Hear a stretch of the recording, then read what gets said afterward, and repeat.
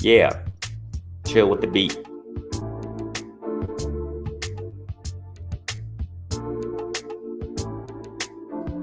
Just chill with the beat.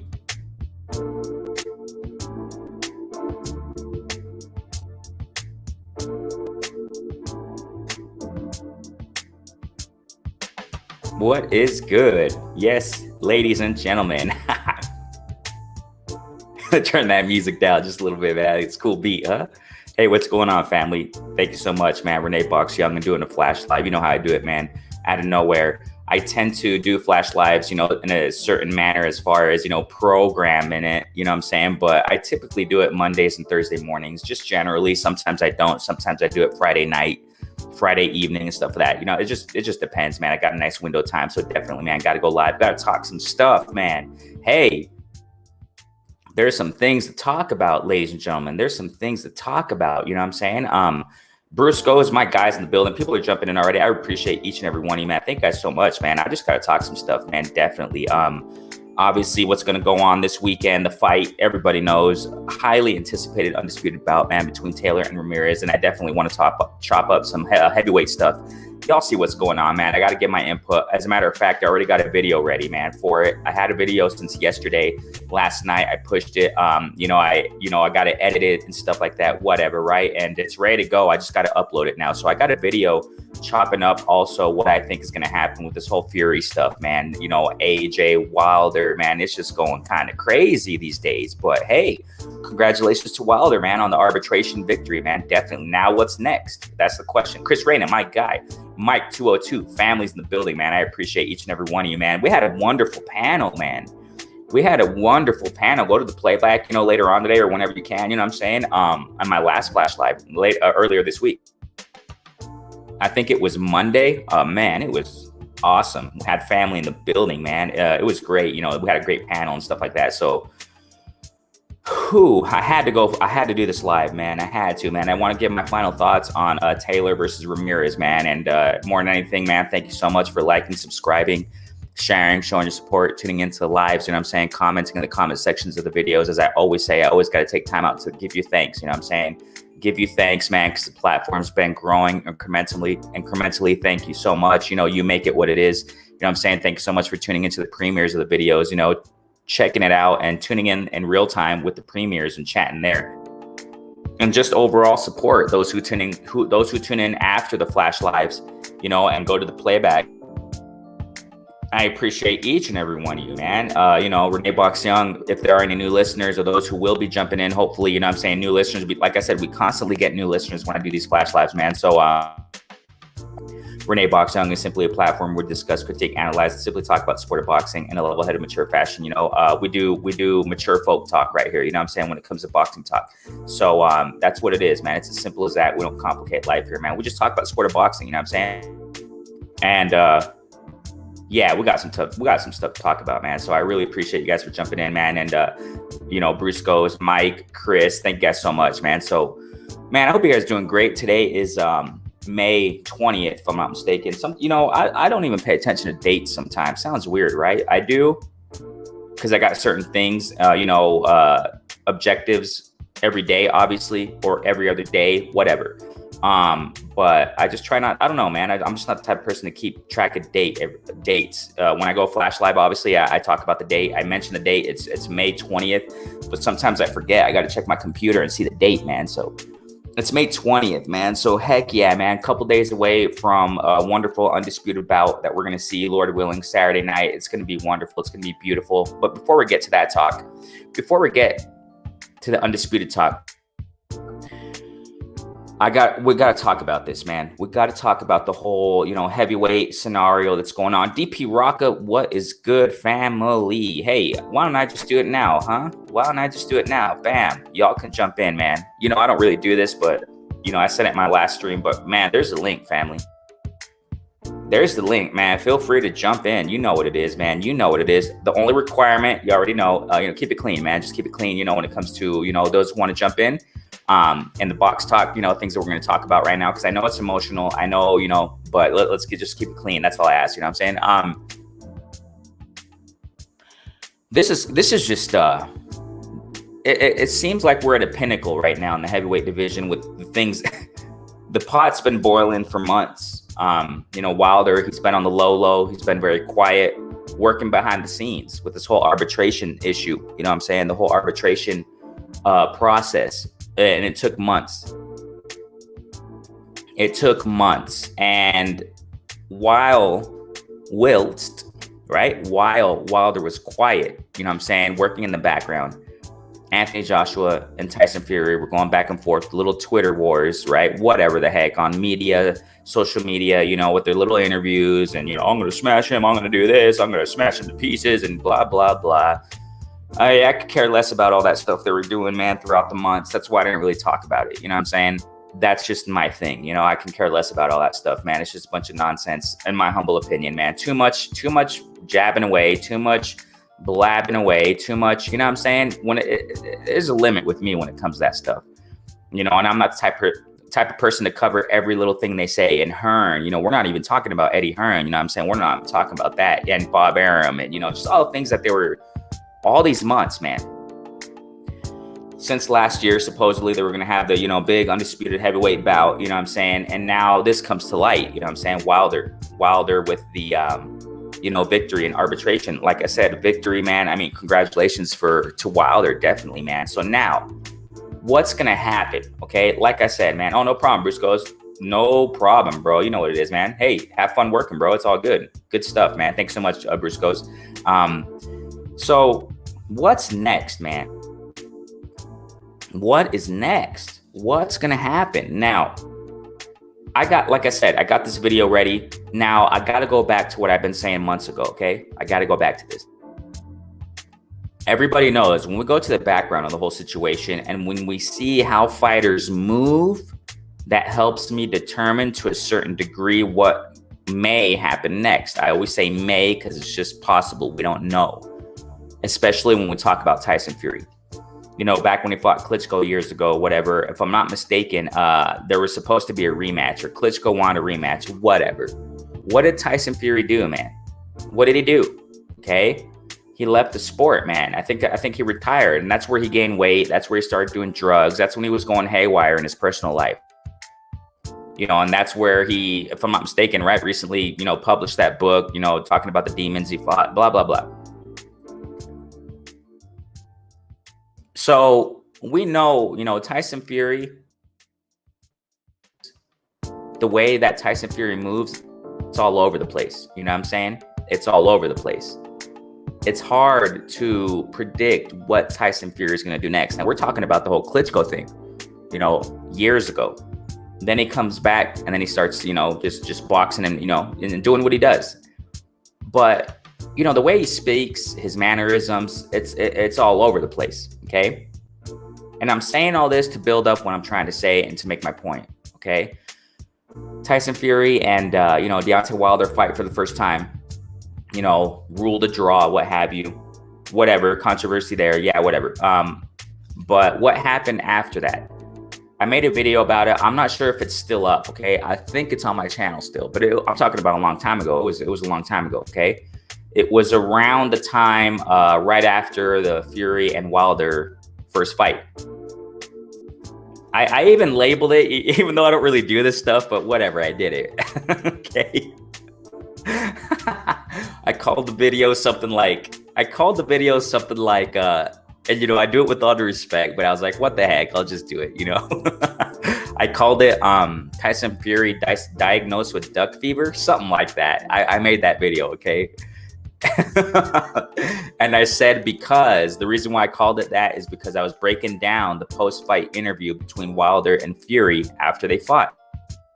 Right after they fought, they were still in the ring. They were still sweating. They put their shirts on or what have you. Deontay Wilder put his shirt on, if I'm not mistaken.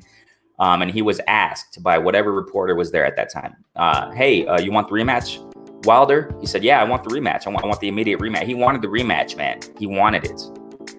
Okay. He was very clear. Wilder was very clear on having the rematch after the first fight.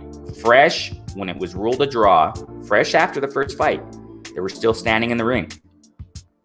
Deontay Wilder expressed very clearly he wanted a rematch, okay? And I was breaking that down in that video that I posted a long time ago. And Fury, and I'm gonna post another video just to get my point across, okay? And Fury, you know, he was asked the same question. Hey, do you want a rematch with Wilder? And you know, the typical thing, man, that fighters do a lot of the time, not all the time, but you know, when it comes to questions that are asked, it's common that they say this, and I'm not, you know, hating on it or anything like that, you know what I'm saying? But it's typical and it's common to hear fighters say, oh, I got to go talk to my team and we're going to see what's next. We're going to see, you know, we're going to look at the landscape and blah, blah, blah. I got to go spend time with my family. I get it. But when you look at the context of the situation, when Wilder and Fury were in the ring in the first fight, okay, after the ruling, it was ruled a draw. I repeat, Wilder was asked, hey, you want the rematch? He was clear and he was adamant on a rematch with Fury. He was very clear. Tyson Fury, when he was asked the same question, he said, well, you know, I got to go back. I got to talk to my team. I want to spend time with my family. And, you know, this was a great fight. You know, thanks so much, Wilder, you know, and it was great. It was nice. Great sportsmanship. But I felt that, you know, he doesn't want the rematch, man. I perceived that language as Wilder, you know what I'm saying? As Fury not wanting the immediate rematch with Wilder. It's important that I say the immediate rematch, okay? And I felt at that time, and I thought, and I perceived, all right, with the language that, you know, Tyson Fury was using, he didn't want the immediate rematch. Wilder did. So what happened at that time, okay? What happened?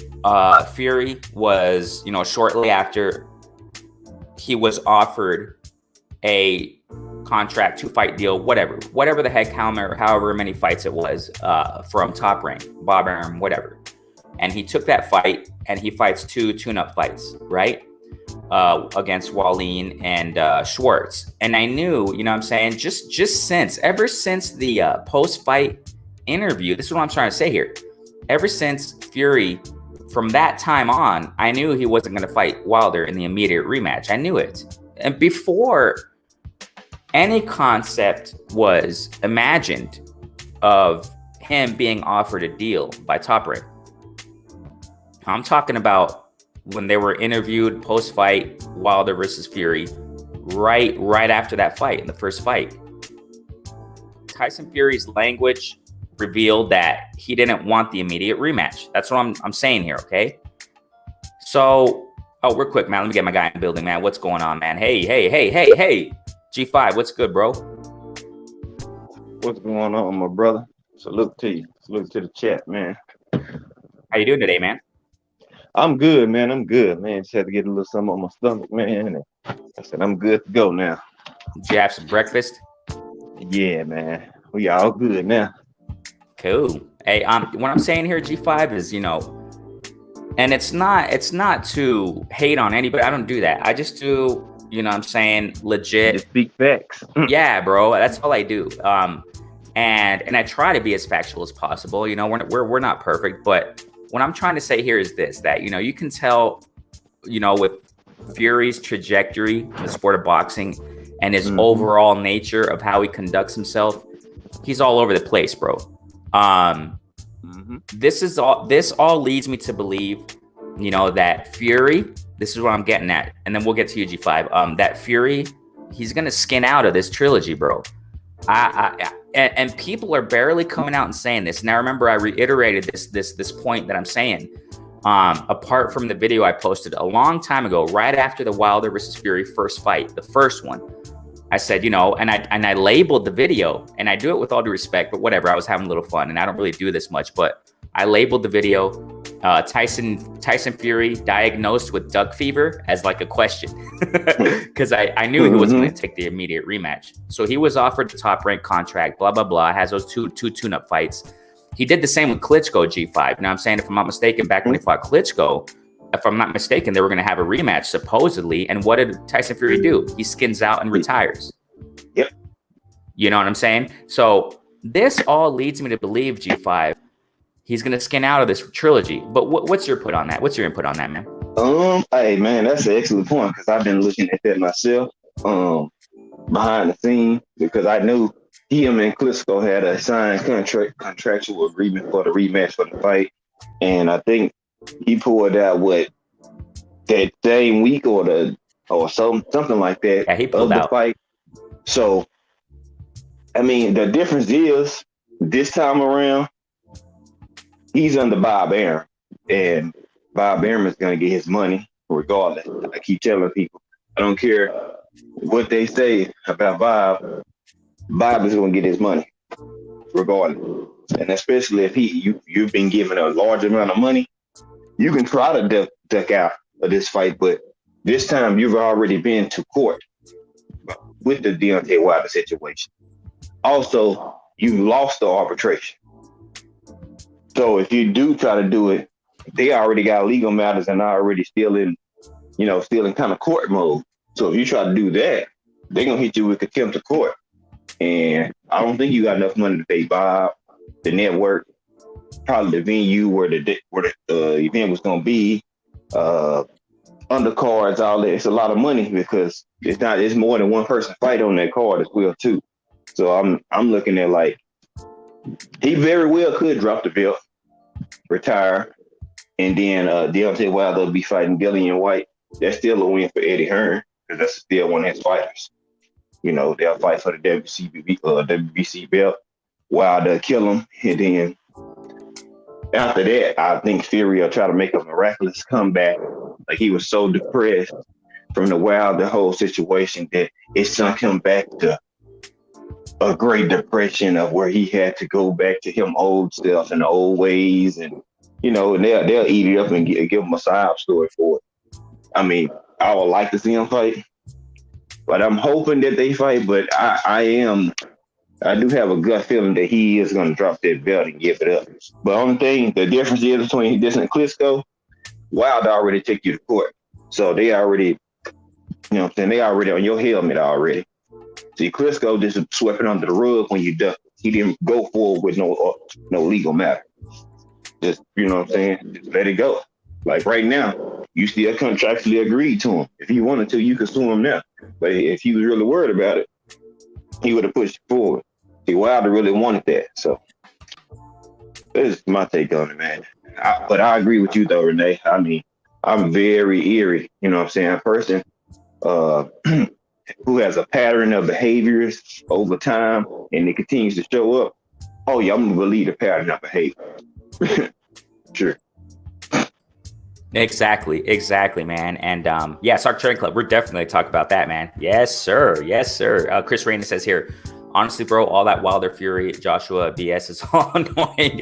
It deflated all the heavyweight buzz it had going into the wild. You know what? For me, what was more annoying is the Fury Anthony Joshua thing, because it's been going on for more than a year. Supposed undisputed bout. Wilder was the one who was more quiet. Wilder wasn't saying anything. You know what I'm saying? He was really just quiet behind the scenes. Fury and Joshua, man, that's exactly, Chris, right now why I don't push content on it really, man. I mean, I don't really push it. The only reason why I'm talking about it now is because now it looks like things are going to change. Something's going to happen, whether Wilder or Fury fight or not. Something's going to happen. Something's got to give. And a big part is what G5 is explaining right now, man. He's contractually bound, the arbitration thing, legalities. And I feel though, and this is another thing, G5, this is another thing right here. It's another thing that, people are already talking about social media, whatever the heck. People are already saying that here comes WBC with the franchise. I mean, that's another possibility, man. Please, somebody get rid of that stupid belt, man. That's nonsense, dude. G5, this is what prohibits great fights from happening. You know what I'm saying? Mandatories, number one contenders, whatever, right? Facing the champ, that foolish franchise. It's a big possibility, bro. It's a big possibility. And I got another point to talk about too, but concerning this whole thing, because these are the avenues that Fury can take to skin out the fight, man. This is what I feel, man. It's going to happen. Like what G5 mentioned a moment ago, that, what I was referring to, that, the pattern of behavior. Just look at the years. Look at the trajectory, man. Look at the trajectory of Fury. He's up and down all around here, there, everywhere. You know what I'm saying? That's kind of how I don't negate his skills. Yeah, I understand the rematch was very controversial, blah, blah, blah. But apart from that, I don't negate Tyson Fury's skills, man. He gave Klitschko a hard time, you know what I'm saying? He really did. I mean, we're talking about, let's forget about the controversial thing that happened in the rematch with Wilder. Go way back. We'll go way before that. Let's go back to Klitschko. Klitschko's G5. Klitschko, he's a skilled heavyweight, wouldn't you think, man? I know he fought at the time. Maybe there wasn't the best competitive heavyweights out there, but the Klitschko brothers are quite skilled. Don't you think, G5? Yeah. For the skill wise, I mean, that was cool. That was there. We can't, you can't knock that. Right. Renee, but at the same time, you gotta look at, again, pattern of behaviors over since he started coming engaging with Deontay Wilder. Like if you go back on first and look at any other fight before then, you're gonna see certain glove issues. So it's like, did you feel like, okay, I need the extra advantage to even try to beat this guy? Because you look at all his other fights, you don't see the gloves flopping all over the place. Otto Wallin, you didn't see that. Tom Sports, you didn't see the same thing. Even with Wilder, I don't even mean to. I'm sorry to cut in, but even with one of Fury's, and like I said, platform, you already know. Y'all jumping in. I really appreciate you guys, man. Community, you already know. I'm not the type of guy to get into that whole thing, but I can't ignore things that are coming out and have been coming out for many months. Tyson Fury's former sparring partner, G5. He even expressed complaint about that. Remember that? I forgot his name. Yeah, Nicholas Ashbury. Right. So he did the video explaining the gloves and showing this. What he used with me in sparring. Yep. You must don't know who I am. You trying to kill me?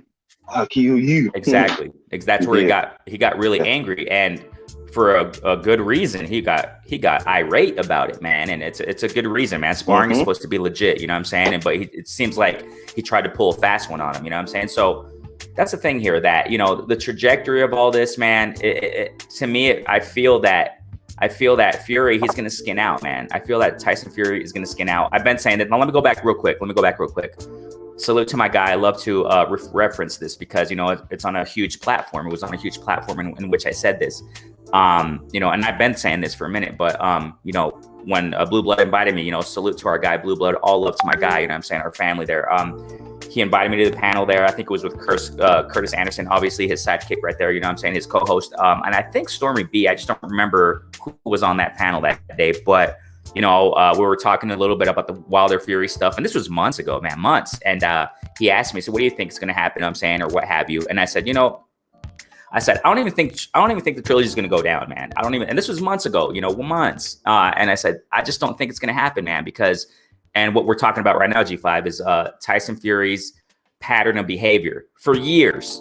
And you can even go back to the Klitschko fight. For years, he pulled out of that. I mean, he's just up here. He's just all over the place.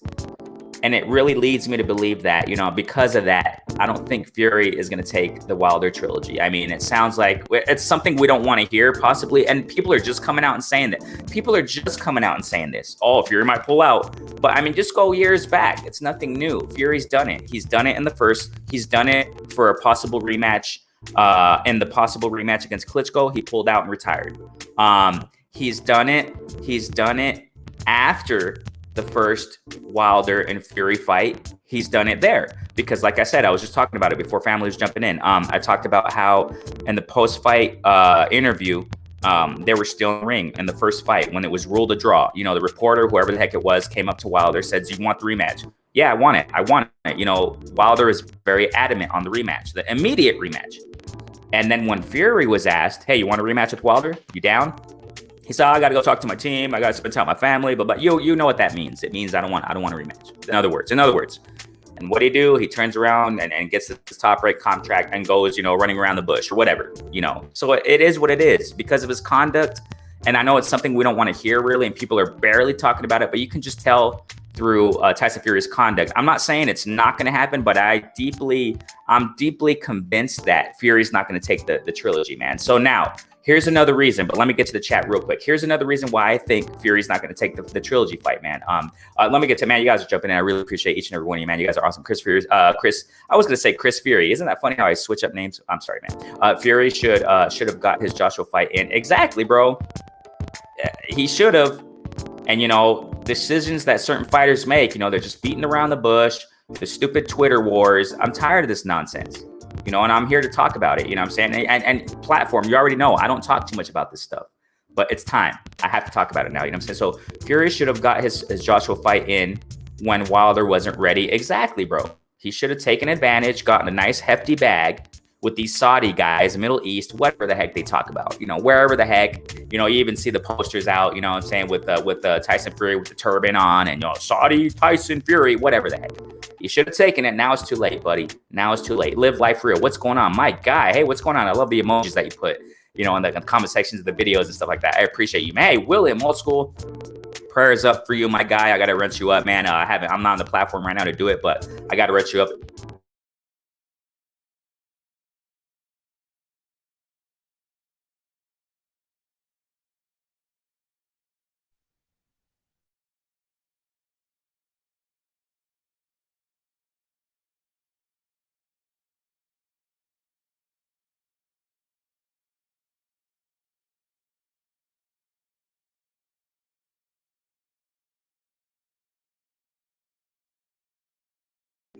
Check 1, 2.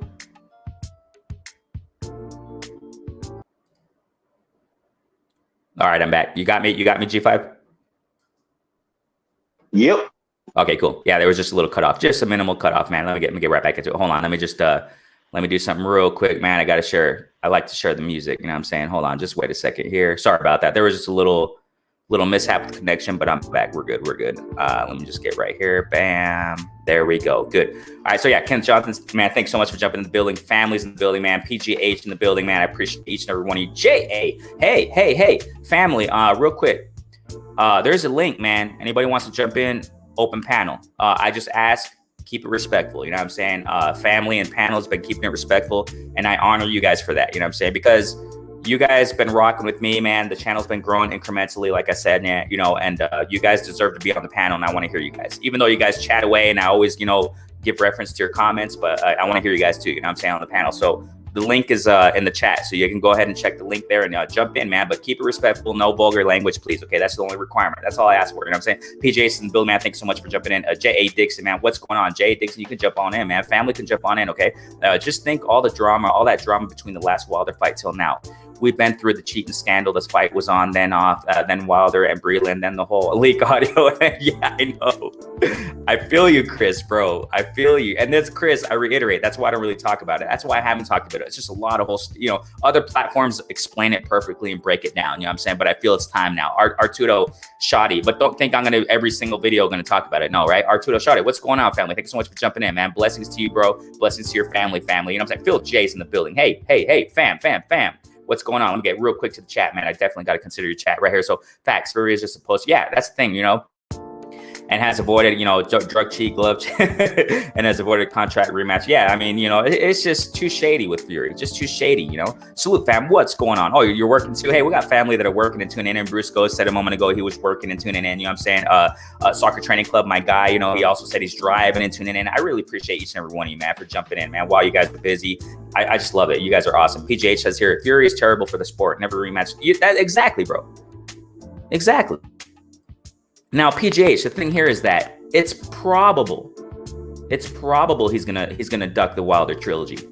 It's a big probability. We don't know yet, but it's a big probability, man. You know what I'm saying? Definitely, man. We got Mixer Boxing. Hey, fam. Bro, there's a link, fam. There's a link, Mixer Boxing today, bro. There's a link. You can go ahead and jump in if you want, man. Y'all sub to Mixer Boxing today. Y'all sub to G5. He's getting his platform jumping there. So sub to G5. G5's family, I'm saying? I'm rolling with Wilder in the third fight. Yeah, me too. However, I've seen Fury win 13 of the 19 rounds they fought. I'm curious to see the adjustments Wilder will make on the, yeah. I mean, if it happens, that's the thing that's in the back of my head, man. I just feel it's not going to happen, man. Fury's scared to death of, yeah, exactly. Wilder's nuclear. And that's the thing. And I think that Wilder's going to do new things. It's not just going to be the, the right hand, the telegraphed right hand.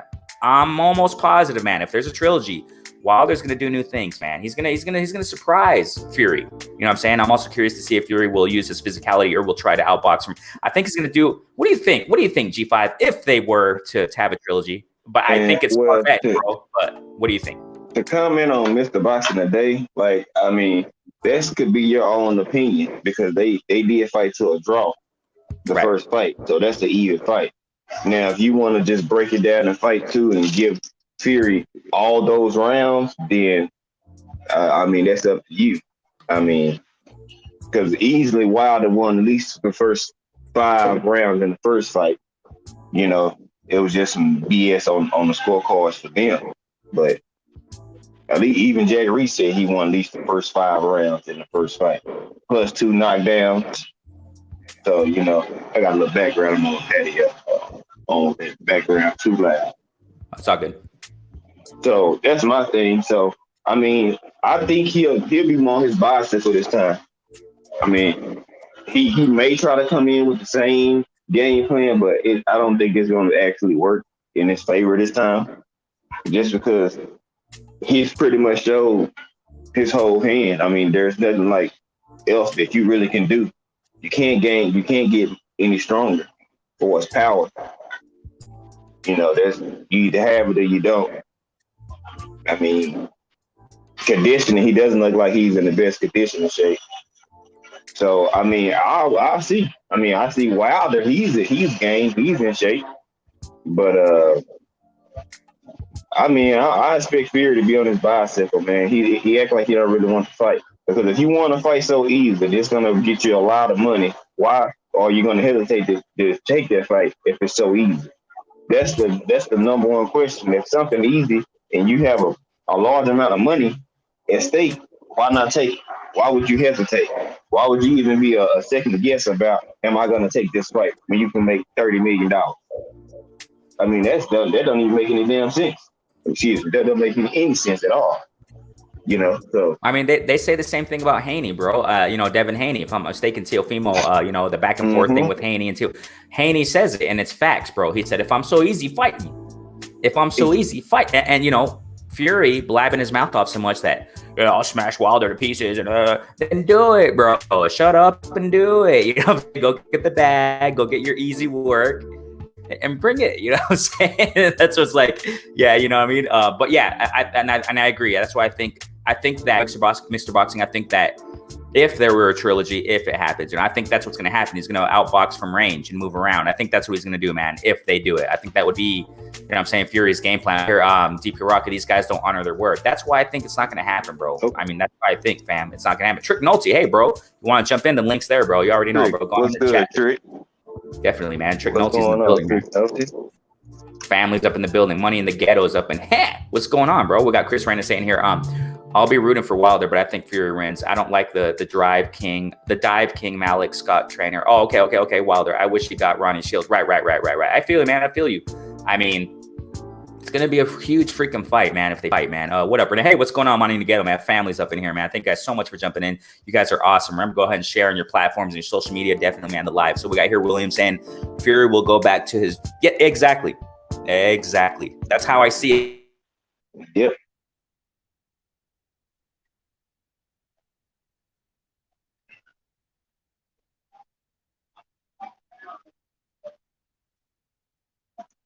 I'm still here, Renee went muted again, man.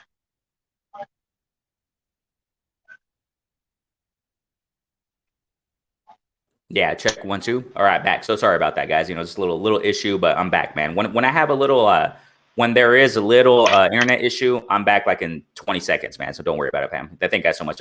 So hold on, let me share it one more time, man. I always got to have that music in the background. I love it. I love grooving to that music, and I want you guys to hear it. You know what I'm saying? Just to have that chill mode. You know what I'm saying? So one moment here, fam.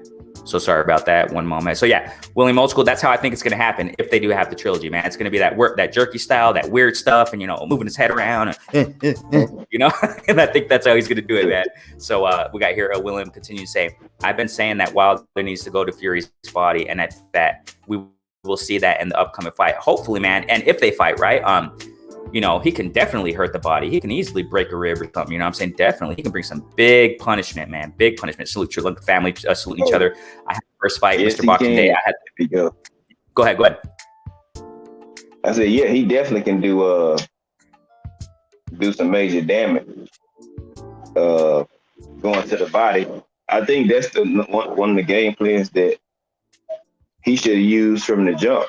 I mean, you got a person that wants to move around, throw a lot of feints and wiggle and waggle and all that other extra stuff. So there's ways to take his legs away. So I believe that Wilder, he has added a lot of new wrinkles, just moving, cutting the ring out, punch placement, body punches, combination. And I believe he's been working on this for a year already. Like, he didn't just start this. Like, soon as he was cleared and hired Malik Scott, they've been going ever since. That's why now it looks so much fluid when he's doing these things now, pivoting and cut off the ring and things of that nature in the training now. Bro, like, also G5, look at the shape Wilder's in. He didn't get in that shape in 1 month, in 2 weeks. And, you know, ever since this whole, you know, all these videos that are being pushed out of Wilder, you know, hitting the gloves and stuff like that, he's been working in the background, bro. It's not just won the arbitration, I'm gonna start training. Nah, man. Nah. So he's been doing this for a year. Exactly. He's been training, man. Like, he ripped the shreds, and he's big too. Like, yep. Yeah, that's why sure that log, that big wood, that log probably was 300 to 500 pounds. I'm pretty sure it was heavy as hell.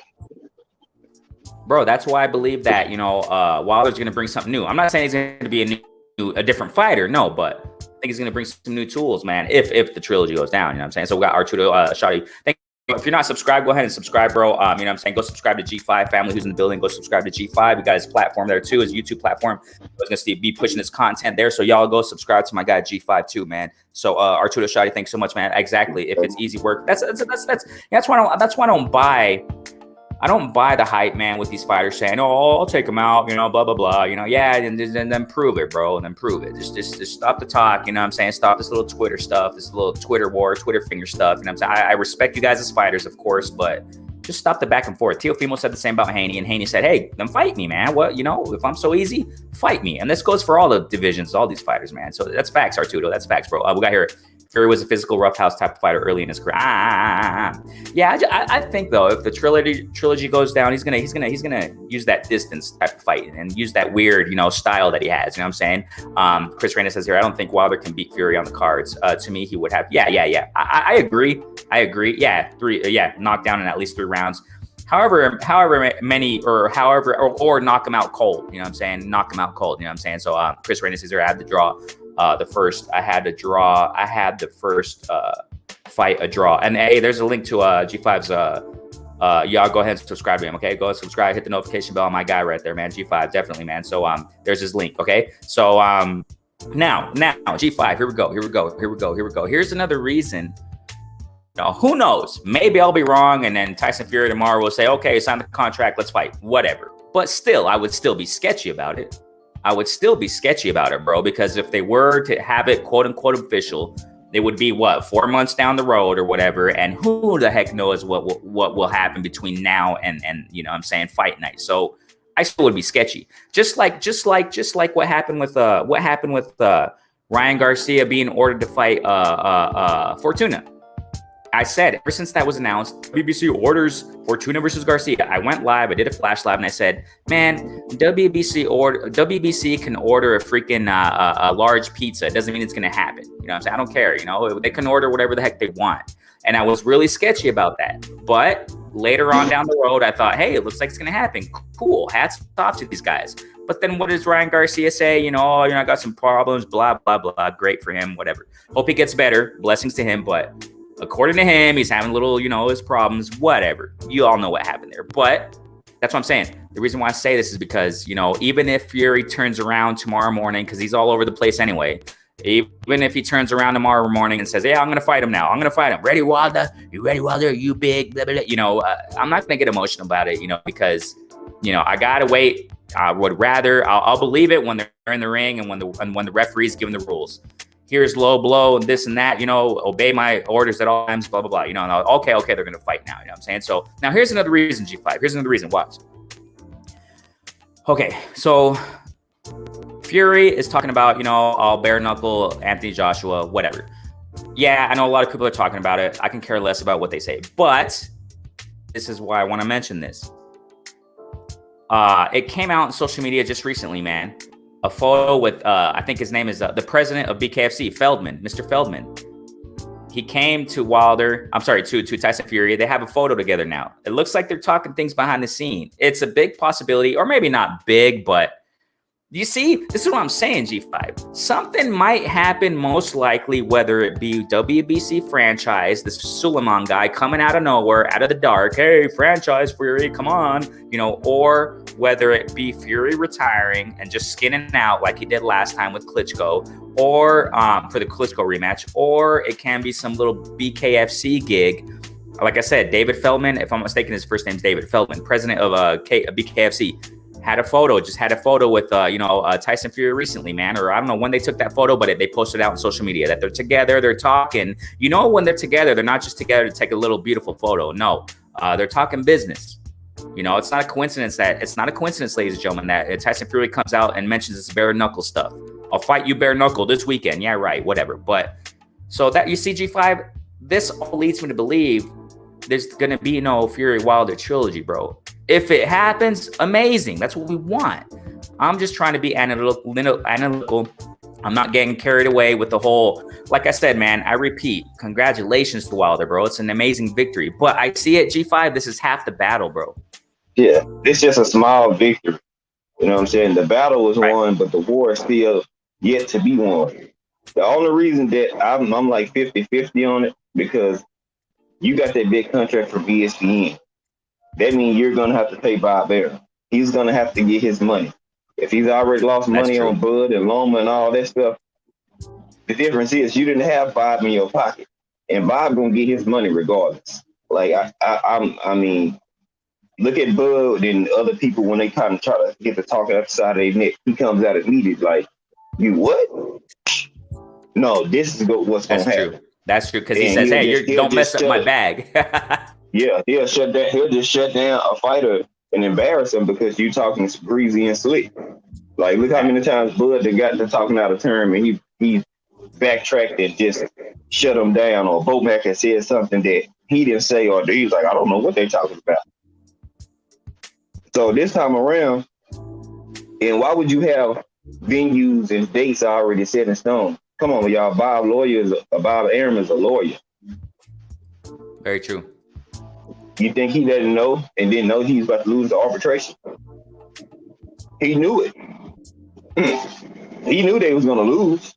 So you got to go ahead and prepare for doomsday. Okay, let's put this in perspective.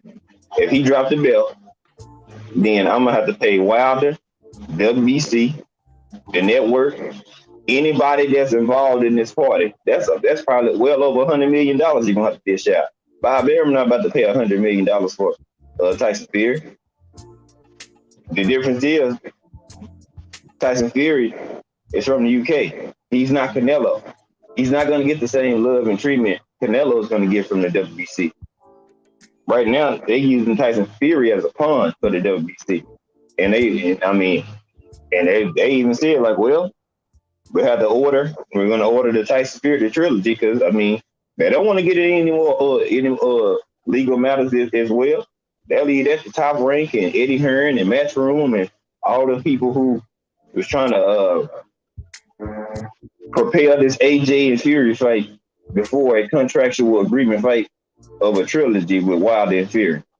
So I do believe Bob Arum is going to get his money, and I don't think he's going to let Tyson Fury skip out without paying him his money. But then again, it's Tyson Fury. I don't trust a drug user, a paid user, or a liar. So I didn't even mention the whole thing with Tyson Fury's shady trajectory and his pattern of conduct. I didn't even mention the PED stuff, man. That just adds to it. You see what I'm saying? That just adds to Tyson Fury's shadiness, which leads me to believe this trilogy ain't gonna happen. Now, let's go to the flip side. What G5's saying right now. Let's go to the flip side. What leads me to analyze and to consider it may happen. It may happen. What G5 is saying, the whole contract thing, and now this. Just to take it a step further. Check it out. Information's coming out, or however you want to call it. Now, this goes back though. This goes back months ago, and I even think I made a video about it. I did a quick like, I used to do what was called quick clips. I used to do something called quick clips with my telephone. I would just quickly record an article real fast and talk about it quickly, like a 2-minute thing. And I think I did make a video on it talking about, this was a long time ago. I don't remember how long ago it was. It was a few months ago. It was a while ago. It was way before the pandemic stuff. That Top Rank was, or something along the lines of, Top Rank was considering, selling parts of Top Rank to other investors, like stockholders and things of that nature. I don't really know too much about the market and business or what. I'm not too business savvy, but what I do recall, something along the lines of Top Rank, and this was a long time. This was a while ago. Okay, Top Rank was something along the lines of considering selling off portions of, and if I'm not mistaken, Bob Arum came out in an interview around that time clarifying it, saying that, oh no, I wasn't going to sell off all of Top Rank, but portions of it, something along those lines, okay, of Top Rank to shareholders or something like that, to investors. So the reason why I say it's because there's information coming out. I'm not saying it's confirmed. I'm not saying it's official. No, don't get that twisted. But it sounds like information's coming out recently that Top Rank is probably going to go bankrupt or something like that. If that's the case, okay, this is what I'm trying to say here. If that's the case, my platform's kind of lagging here. I saw that, bro. I saw that message. Trick Nolte.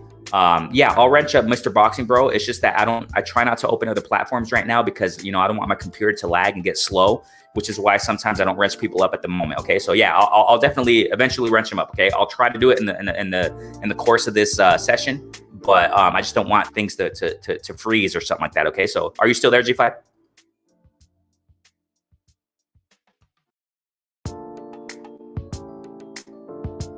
You there, bro?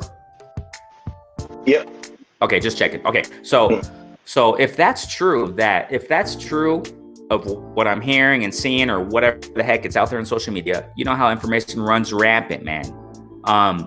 If that's true that Top Rank is going bankrupt or whatever, if they're going to close, or I don't know what the heck, but something along those lines. If that's true, because that's just information recently coming out, and it corroborates with information that I heard about months and months ago that I'm talking about a moment ago. If that's true, that gives more reason, and credibility to Bob Arum forcing Fury to take the trilogy because of the bag, man.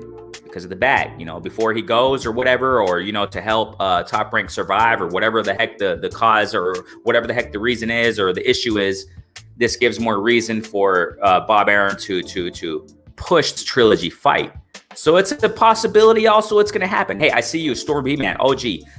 Hey, I got the link there, bro. You go ahead and check in the chat, bro. You can jump in the panel if you want. Storm B Man, my guy. You know what I'm saying? Anybody. Salute, OG. Stormy. Yeah, it was good, everybody. Yeah, see definitely. Y'all in the chat. Family's jumping in here, definitely, man. I appreciate each and every one of you. So that's what I think. I'm not getting caught up. I'm not getting too emotional over this whole, like I said, and like what G5 said a moment ago, it's a great, what I'm saying? It's a victory. It's a stepping stone for Wilder, winning this arbitration, but it's not, what I'm saying? It's not, it seems like it's set in stone that the trilogy is going to happen, but I still take it with a grain of salt, man. I'm not trying to get too emotional about it, but I definitely do want to talk about it and just express my viewpoint.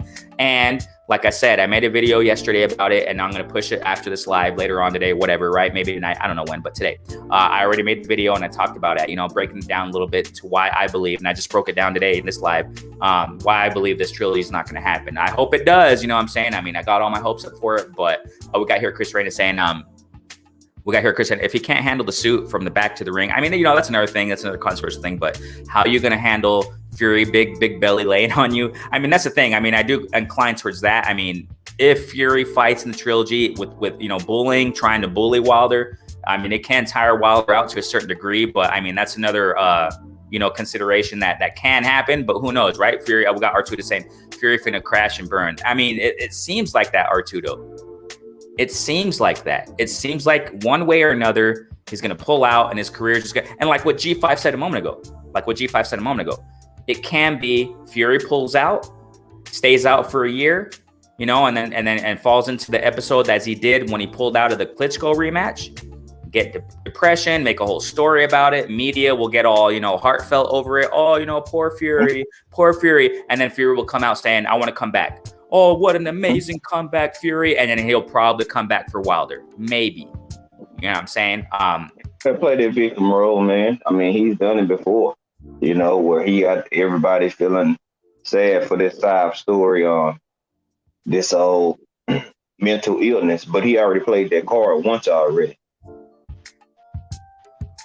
So, I mean, you can't use the same trick again. Like going into this fight, so many things are going to be under the microscope that people been alerted on over the last year. So your gloves going to be, the water situation, whatever the case may be, everything is going to be under the microscope. So, I mean, I think he'll be in more legal matters if he does try to skip out this fight. To be honest, because while the team is not going to go away quietly, they're going to send you back to court again. And you're going to have even more legal matters. Because they already been ordered. You have to September 14th. If you don't, you're going to be in contempt of court and you're going to go back to court again. And then you think the judge is going to be any lenient on you for ducking out a fight that you was ordered, that you owe this man? No. He probably throw the house at you then, ban you from boxing for life. Then what you going to do?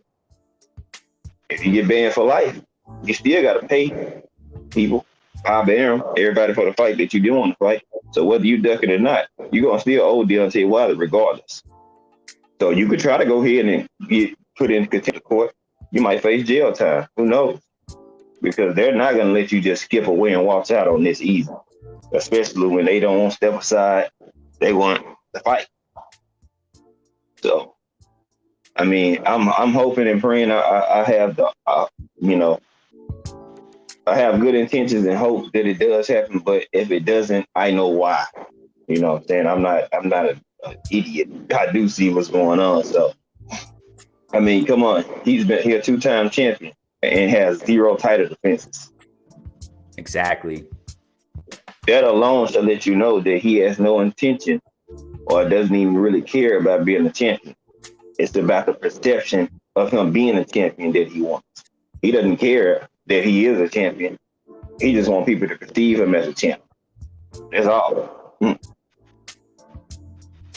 That's a good point, bro. That's a really, really good point. So, I mean, it's like a double-edged sword. It seems like, when we put on a weight and a scale, it seems like to me kind of 50-50, like 50% probability that Fury won't, and he's going to skin out some way or another and with the foolish excuse, or the legality issue.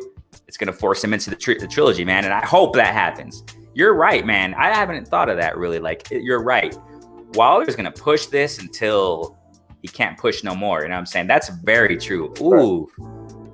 Because if he didn't really want this fight, he would have said F it and wouldn't even try to push an arbitration. Arbitration let you know that I want to get this fight done the right way. Whether you want to do it or not, I'm going to force you to do it the right way. And if you don't, then you're just telling yourself and unravel on the downward spiral based off of pressure, stress, money issues. You're going to have a multitude of things that you're going to have to consider if you don't take this fight. Because his team is already prepared. Honestly, you think Wilder's team is not prepared for him to try to drop the belt and do something like that? They're waiting on it. That's guarantee true. They waiting on it. Like they was waiting on this whole time for the arbitration. Everybody said they was lying. They didn't have info. They didn't have facts. But every time something came out, the light shined to Deontay Wilder's favor. So I'm like, hey, they've been having a lot of information, but when you have a lot of information, you don't ever play your whole hand. You give people what you want them to see. Then when it's time to go ahead and drop out drop out the gusto, then bam, that's what happened in arbitration. That's why it went in his favor. Simple. And you think they're gonna just quit just because you said you want to try to drop a belt or try to skip out the fight? No, it's not gonna work that easy. It's not gonna work that easy. I guarantee you. He'll be right back in court, y'all. You know what, man? The way you explain that, Fury is in some deep, you know what? Oh my God! You was scammed at it, man. You got Bob Arum in your pockets, man. You're not gonna get out of that until he get his money. Come on, he already. You just don't get a venue in 24 hours. That means you already had to have that play in stone already. It was already worked before this even came up. Because you just don't get a date in a venue signed, sealed in days. That's gonna take some time. You got to make sure events and basketball games or football games are not at that site, and it's new. The Legion Stadium is a brand new stadium. Oh wait, you're referring to last year though, aren't you? Where the Raiders Stadium was set apart by Bob Arum, right? Mm-hmm. Well, he still has that date. Oh, he still has it? Yeah. Mm-hmm. Yeah, he still has that date, that venue date. Oh, but that date was for last year, wasn't it? Yeah, but I mean, he never used it. And then right now, you know what I'm saying? Like, if he pays some money, like, they're not going to refund you that back.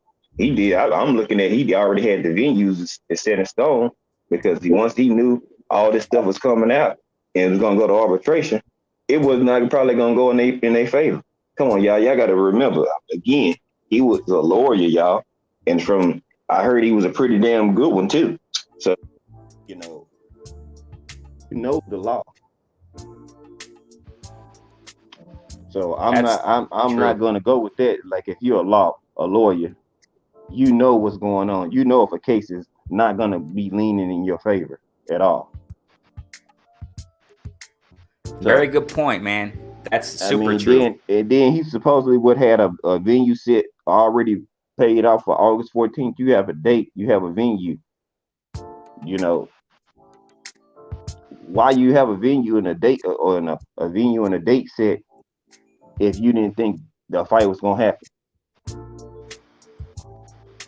Man, you knew that you couldn't fight to get the AJ fight when you in arbitration with Wilder Fury 3. So how are you gonna go jump to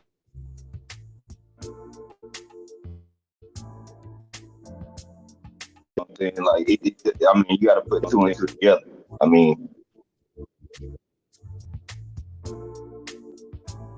legal matters behind him. So no matter what he do, I mean, Wilder's still gonna have the upper hand. I mean, I went to school for business, so I know a little bit about business. So for that contract gonna have to be honored regardless. So if he doesn't, he damned if he do, he damned if he don't. To be honest. Pretty much, man. You just lost the arbitration. So you went to court to try to fight it, and he beat. He got you where he wants you now. So now you're either gonna do something irrational, like drop the belt, or go get on some drugs or steroids to pull yourself up out of it. Or you're just gonna have to go in, like you said, crack his head again and then get on to the next fight. If they want Anthony Joshua and Tyson Fury in December at the end of the month, at the end of the year, they're gonna have to fight by August. And that's what they're trying to push. And that's if Fury beats Wilder, theoretically speaking. Exactly.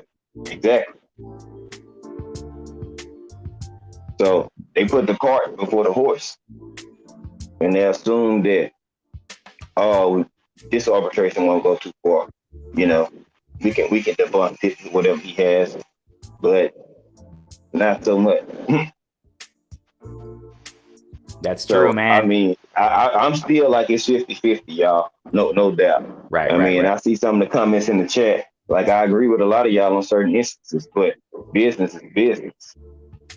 And the business side of boxing always will win. The money will win. Because when the fighters are gone, the networks will still be here, y'all. They're gonna get their money. You know, no fight is set without having a network that you're gonna pay to promote that. They're not just gonna lose money willy-nilly just because. No, they're not going for that. So it's more than just Wilder and Fury that's gonna that's tied into these contracts and these agreements. Like, you think the suits not gonna get their money? You gotta be crazy. Gotta be crazy if you think the suits not gonna get their money.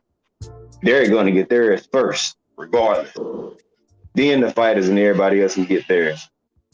They're gonna get theirs. That's true, man. That's my viewpoint on it. I mean, it's 50-50. It could happen, it could not happen, y'all. So if it doesn't happen, don't be surprised.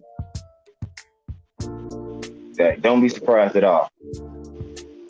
Right. I mean, if you see Wilder fighting Dillian White instead, and he's gonna annihilate him, and then we'll be back to square one again. AJ will have the belts, Wilder be with one belt, and we'll be back at square one again, not getting undisputed. And AJ will be avoiding the fight.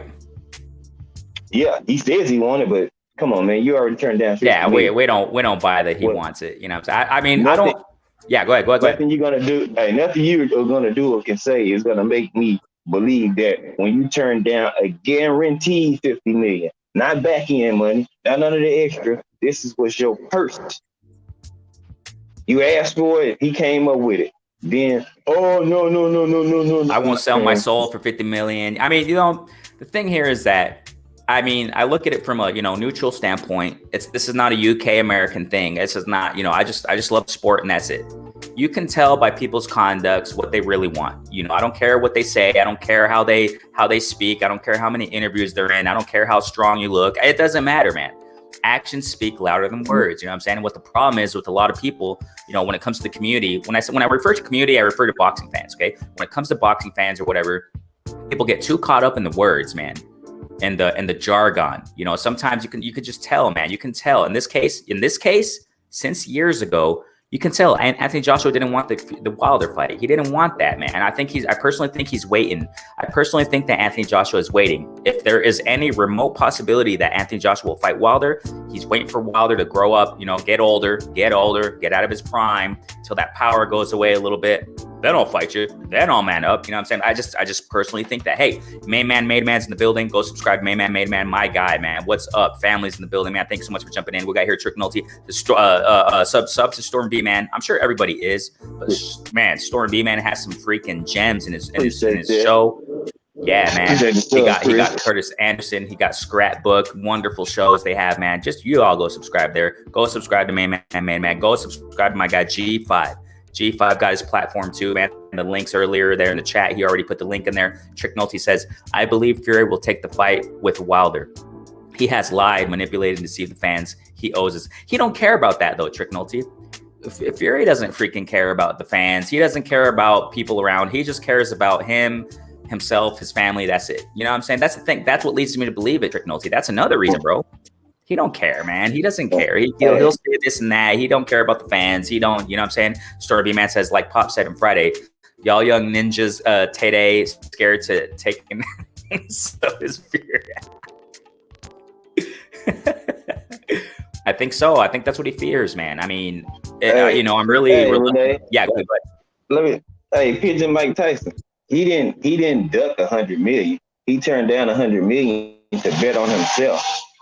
And he's made over $100 million over his last, probably with damn near with Fury alone. That's true.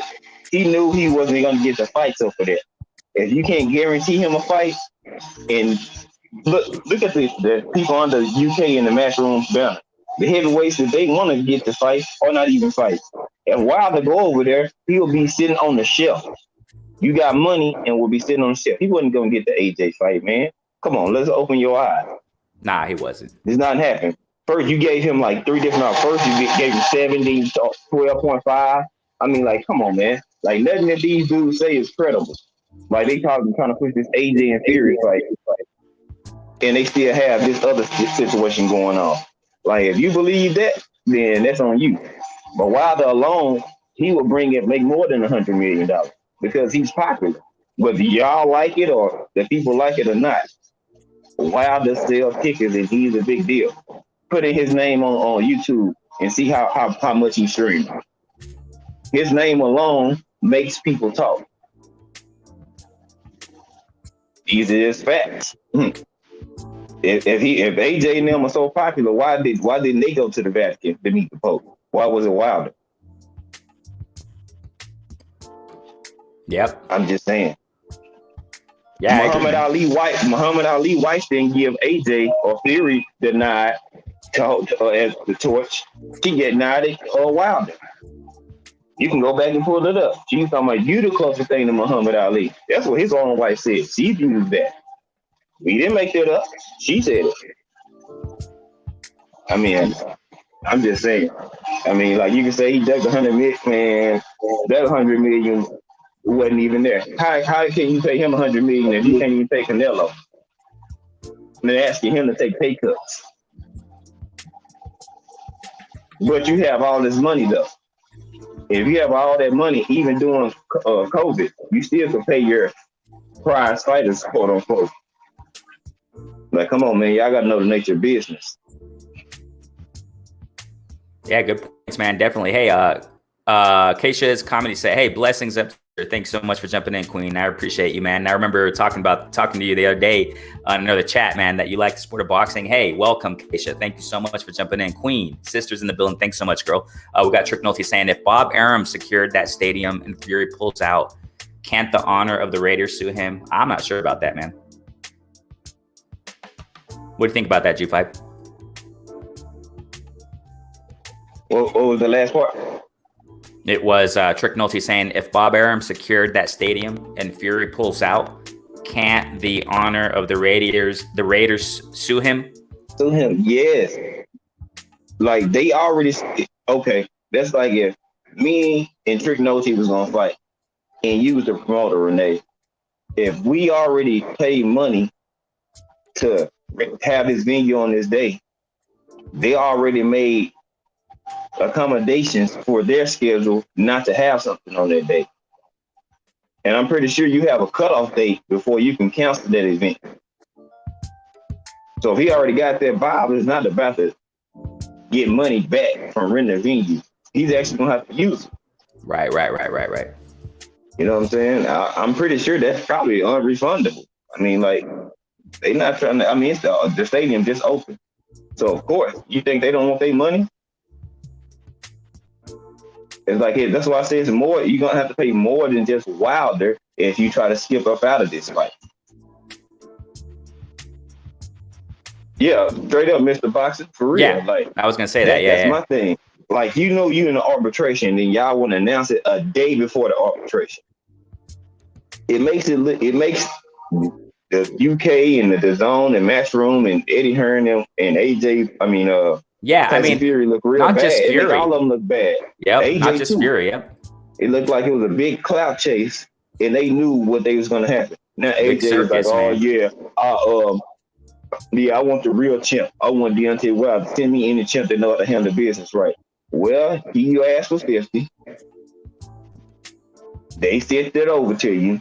You turned it down and said you're not selling your soul for $50 million. But that's what you asked for. Yeah, Pigeon Mike Tyson Fury did that, AJ. That's a fact. What Fury did was what he did to Wilder. Clout taste off your name, off his name. That's what Fury does. He'll clout taste off your name until he feels like he has gained himself enough ground and traction to say and do what he's gonna do. And he does it every time. As soon as he got a big enough spotlight on him from Wilder's name, he started doing whatever he felt like he wanted to do, and they allowed him to do it. And that's exactly why Mr. Boxing and the whole chat, everybody, and y'all already know. This is why I haven't really talked about it, because I feel that Fury Fury, he made himself look foolish. Hearn, all these people, man, that were talking about a whole big undisputed fight, and I wasn't buying the hype, man. I was like, there's something more behind this, and it's not going to happen, man. And I even made a video about it, months ago. It has the video that I'm going to push later on today about Fury, what I think is going to happen. I'm going to leave it at the end of that video. I've been talking about this. Most likely, we're going to see Anthony Joshua and Usyk next. I've been saying this for months, man. For months, we can forget an undisputed heavyweight bout between Anthony Joshua and Fury, man. It's a big old circus. You know what I'm saying? William Old School saying here, if you listen to interviews with Fury after the first Wilder fight, exactly, that's what I was saying earlier, man. You can tell Wilder put the fear of God in Fury. Yes, he did, man. I mean, that's why he skinned out, and fought this Wallin Schwartz and all that gig, you know what I'm saying? So we got here, he'll beat Wilder. I'm not, we'll see, you know what I'm saying? We'll see, you know what I'm saying? Besides the legal stuff, what do you think Wilder should do differently in his third fight style-wise? I think that, me personally, I think that, Wilder should box a little bit more, man. I mean, use the jab, you know what I'm saying? Use the footwork, go to the body, like G5 was saying earlier. And I think those are the things, man, that I don't think Wilder needs too much to really take Fury out. You know what I'm saying? He already knows. He's already knocked him down twice, or however many times he's knocked him down. Yeah, the second fight. I understand. Second fight, controversial, but I look more on the first fight. You know what I'm saying? Right. So I think that Wilder should use the jab more. He definitely has the reach to do it, has the power to go to the body. You know what I'm saying? Use his footwork a little bit more. In the training that we've been seeing recently with Malik Scott, whether you like him or hate him, whatever. But you see he's working on his head movement a little bit more. With those little adjustments, man, he can take Fury. I wouldn't say maybe easily, but I mean he'll take him. He'll take him. That's why I think that he could have took him in the first fight. I mean, it's just all about Wilder. He's like, he need to change. Man, what works for him is knocking people out. You don't change that. You add to that. And people be talking about change it. You can't change that. You add to what he already has. Yeah, exactly. With that, that's movement, pivots. That's something Breland should have been doing. That's why I say they got comfortable with a product or a person that was knocking out everything. So they didn't add any new wrinkles. If they added any new wrinkles, you would have seen him pivoting, doing more of this stuff before. And he had them for a longer time. In a short period of time, Wilder's doing more stuff that he probably already had in the tool shed, but it was rusty. You got to keep those skills sharp. Now, he looks more fluid at it because he's been doing it over repetition, muscle memory. That's how you get to be able to do things effectively and efficiently, because you do it multiple times, you train at it, and you create muscle memory to where it becomes second nature. It's like a track runner. They run and train to create muscle memory to be able to translate that into a track meet. You know what I'm saying? That's the same thing. You're just doing more repetitions of it. Now, he's more comfortable with doing it.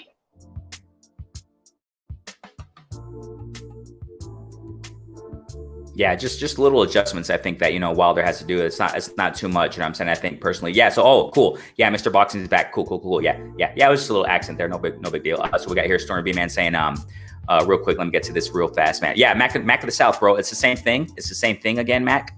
It says device is not connected. Maybe you can go to your sister. I think you said earlier that the other time. Have your sister help you out there. Storm B Man saying to Mr. Boxing, salute. Wilder needs to be physical. Yeah, exactly, bro. Right off the bat, keep tight defense, lateral movement, incorporate severe body attack. Very good. Look too meticulously. Yeah, that's it. Also, a effective jab is like, use your jab as a rangefinder,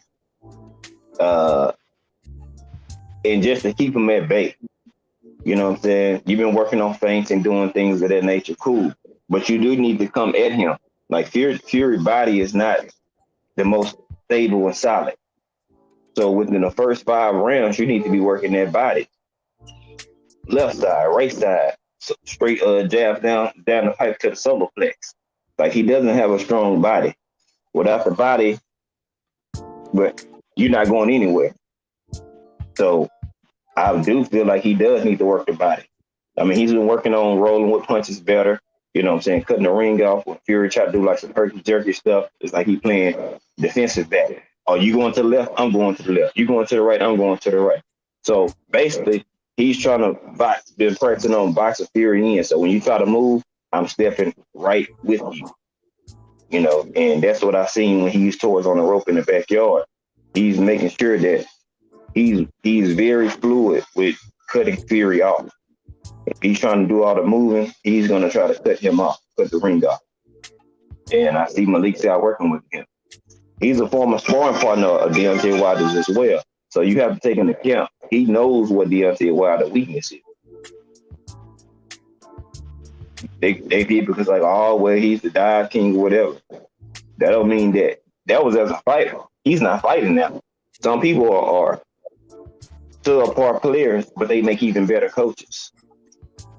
Yeah, you know, exactly. Because you wasn't the best in the ring doesn't mean that you don't have the eyes and the experience in the mind to teach somebody or show somebody something.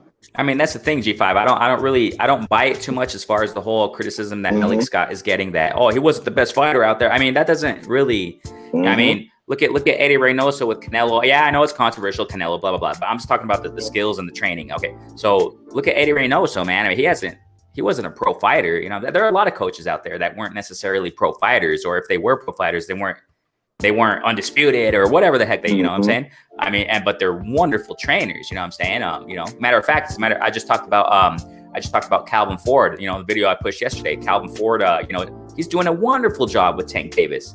Was Calvin Ford a pro fighter, bro? Yeah, I mean, you see what I'm saying? I mean, that's what it is, you know? So, I mean, I understand to a certain degree the criticism that he's getting, but let Wilder choose the freaking coach he wants. We're not, you know what I'm saying? Let him choose. He knows what he's doing. And I think that, you know, he'll make some proper adjustments for Malik Scott, man. I got nothing to say against that. You know what I'm saying? What I hear Mr. Box is saying here, I believe Wilder needs to be ready to fight Fury, quote unquote fight, combat all the rough housing, holding and hitting, grappling. Yeah, facts. Fury knows Wilder needs space to operate effectively. Okay. So your perspective is that he has to fight. He has to be aggressive. Okay. I feel you. We got here. Yeah. He needs to come out with the Spielker energy or the Vern 2 energy. Just don't wait for the Vern or Fury. Just take the fight to him. You know what I'm saying? Boxing, you're gonna get hit regardless. Like Fury punches really didn't, you know, have too much effect on you. So go ahead and do your thing. Now the second fight, hey, you know, it was a lot of controversy, whatever, gloves, all that. We just based it off the first fight. The punches that he did hit you with, and then the first fight, he didn't even land a lot of punches. All that herky jerky, like Fury missed a lot of punches, man. Like a lot of punches did not even land, and he got scored for him. Like some people need to go back and watch that fight. Like Deontay was boxing pretty well. You know, it's just if you just wait and try to set up that one right hand shot, of course you can get telegraphed. So now they're mixing it up to where he's doing left, right, you know, just mix up his punch combination so he doesn't become one dimensional or he can easily be countered. So I see Malik Scott working on a number of things. I mean, if you don't know boxing, you're not gonna know what you're seeing. And they can be like, oh, well, that's just miss. That's repetition. That is how you get better, by working on your skills with repetitions. The more you do something, the more it becomes second nature. So the more he keeps doing what he's doing, it's going to become second nature to him. He's just like setting up knockouts for people. It becomes second nature. Now, we know he's not going to be the greatest boxer, but he can box because he was an Olympian. You have to win off points in the Olympics. So you can't say the man can't box. If he doesn't box the way you want, then say that. But you just can't say the man can't box and has an Olympic medal. Like that's one of the most like disrespectful things to even say. Oh, he can't box. Well, he wouldn't have got a medal if he couldn't box. It wasn't just off of all power shots. Trust me, you had to touch people. In the Olympics, they have magnets in the gloves. They help them know when you score points.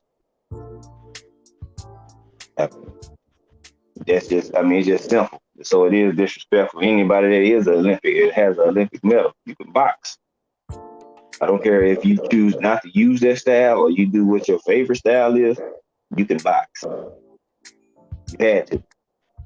The only way you got a medal. I'm gonna have to change my thumbnail to this live session because this is mostly on Wilder Fury, man. Mm. Yeah, it's good stuff. I love it, man. I love it. So yeah, the chat every time, the talks on Wilder Fury, whatever, right, AJ? People, just definitely get, I love it. It's good stuff. It's good stuff. William Old School saying here, wrong. Even Jack Reese gave Wilder the first 4 rounds. Yeah, I mean, it's a whole controversial thing, bro. It's definitely a controversial thing. And Jack Reese did. He did. He did. He said, he said at least the first 5. And I even think, no, he and I it. even think in the round 12, I think it was round 12 when he got knocked down, Jack Reese overcounted the 10, man. So, he waited. He waited about 3 seconds. So you basically gave him 13, 14 count. 30 count. You know what I'm saying? Like that's unheard of, man. Like you trying to talk to this man rather than just count. You wasting time by trying to talk. You yelling at him. You woke him up. Or help wake him up because he even said he sparked me out. I was out. Yeah, that means he knocked you out. Yep. If you was knocked out, any other fight, then you look at Jack Reese's other fight, where a fighter's not even in nowhere near as much danger as Tyson Fury, and the fight's off. Yep. You know what I'm saying? That's why I'm like, y'all got to make this make sense, man. Like people can see these things, man. Like you don't have to be the best, the best fighter. You know what I'm saying? Sometimes, or the best boxer. It's about your heart, your determination, and your willpower not to lose and to overcome adversity when you get in a tight spot. You know what I'm saying? Wilder know how to do that. You know what I'm saying? Without any controversy, really. Fury, on the other hand, whether he's from his cousin to his dad, they have a cheating history. Like it's something that's embedded in their DNA, unfortunately. Like your dad was a bare knuckle fighter. You're doing all these tactics and things and, gasoline in your knuckles and hands and things of that nature. Like just to box. Like if you have to do all that extra and advantage to box, then you shouldn't even box at all. Right. It's already a violent sport, Renee. They already taking blows to the head on the constant. And then you want to, dip your gloves or, do other things of that nature that we know are illegal. But, we don't even have to go there. We already seen enough. So, it's just weird. He don't even look like, I don't even know if he's mentally going to be all the way there. He seems to be all over the place. Yeah, exactly. Like 1 minute you talking about the AJ, you're not even locked in on your opponent right now. Just because something worked the last time doesn't mean it's going to work this time. Like you're not going to be able to do the same thing again, and he's already seen it. You think he's not prepared for that now? Of course he's prepared for you to try to come at him and try to rough him up or whatever. If y'all want to be honest, Wilder didn't look like he had his legs and himself in the second fight. He didn't even have the same energy oozing at himself. But that's a whole nother story.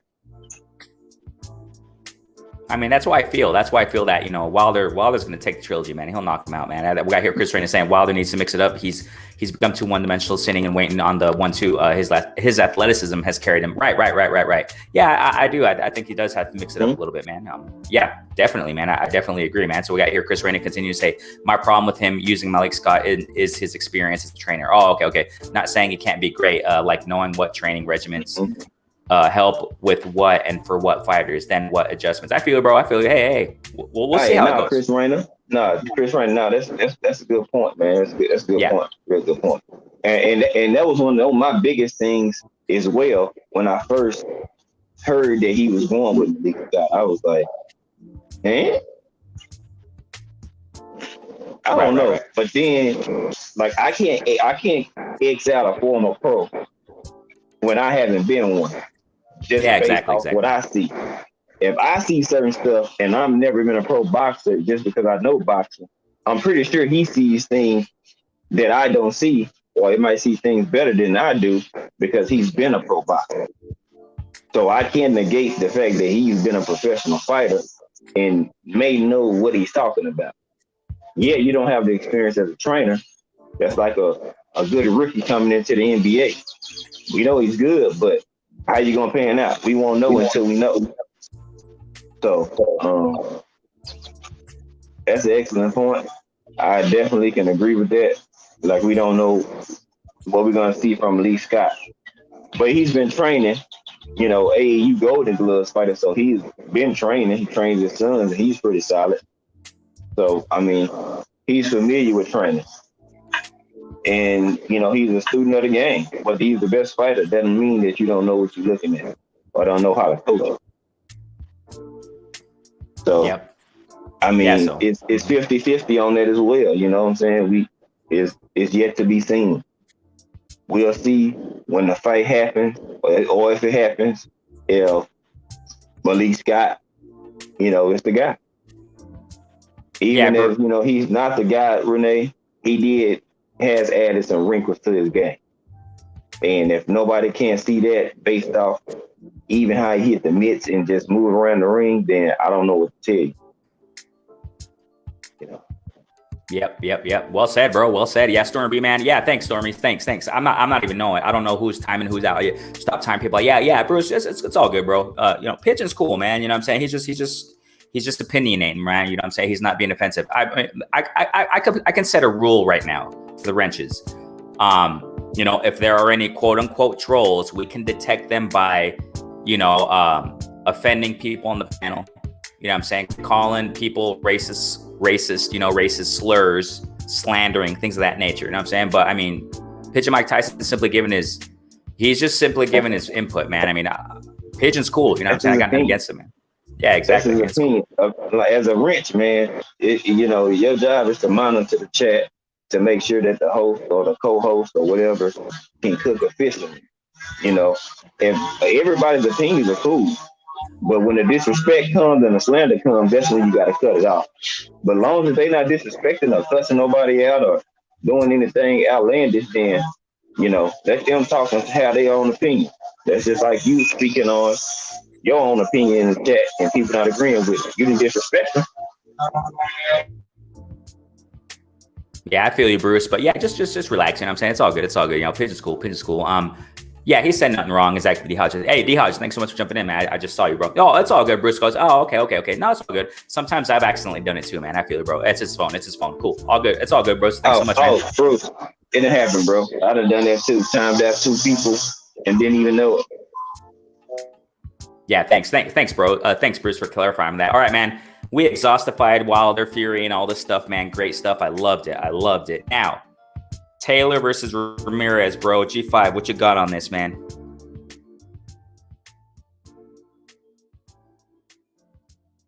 My background loud, these yard men are cutting the neighbor's grass, so apologize.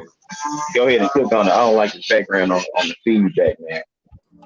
Oh, cool. Yeah, I won't spend too much time on it. So Taylor versus Ramirez, man. I think I got, and in the chat, those who are in the chat, also go ahead and comment, man. What do you guys think about Taylor versus Ramirez? We exhaustified the whole Wilder thing, man. I mean, great stuff. Wilder and Fury, man. Heck yeah. And like I said, I'm going to post a video later on today too. And you all chop it up there too. I'm going to premiere it.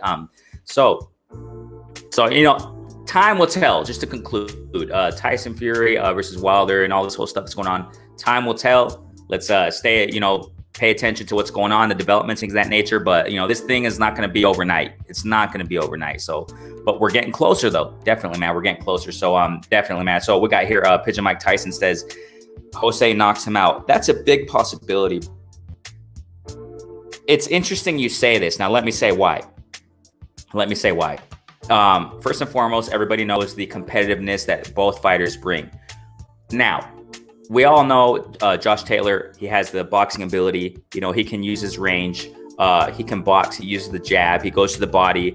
However, you know, well, let me continue that. His advantages, his tools. Taylor has high boxing IQ. He's a southpaw, if I'm not mistaken, but he also has switched to orthodox and several fights ago. Yeah, he switched to orthodox. He can fight in both stances, man. So that those are wonderful tools. Yeah, those are wonderful tools. Now, I have to state a disadvantage that Josh Taylor has. This is a big disadvantage in my humble opinion, right? He tends to fight a lot on the inside because it seems like he gets emotional and carried away, man. He gets hit quite a bit on the inside. I mean, you just go to one of his recent fights when he fought Regis Prograis, when he fought Baranchik also. He had Baranchik, he knocked Baranchik down a few times in that fight. Baranchik is a game opponent, man. I mean, I'm not taking anything away from Baranchik. He's a tough dude. He fought Cepeda. I think it was last year or whatever. When he fought Cepeda, that was just freaking war right there. Cepeda and Baranchik going back and forth, knockdowns, like 5 knockdowns total in that fight, man. Back and forth, fighting, bam. So Baranchik is an inside fighter.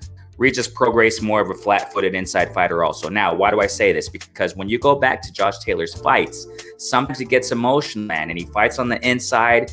That's huge danger.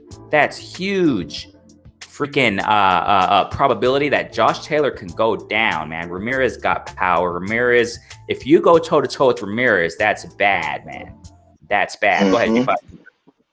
Ramirez has a granite chin as well.